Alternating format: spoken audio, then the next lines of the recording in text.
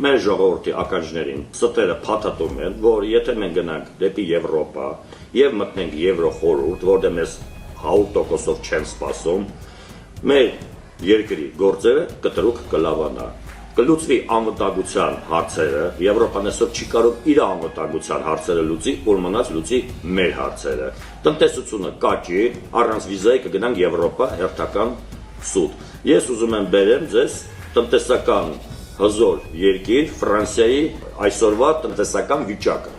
Ուրեմն Ֆրանսիայում մեզ 2.5 տարվա մեջ փակվել է 66,000 գործարան եւ տնտեսություն։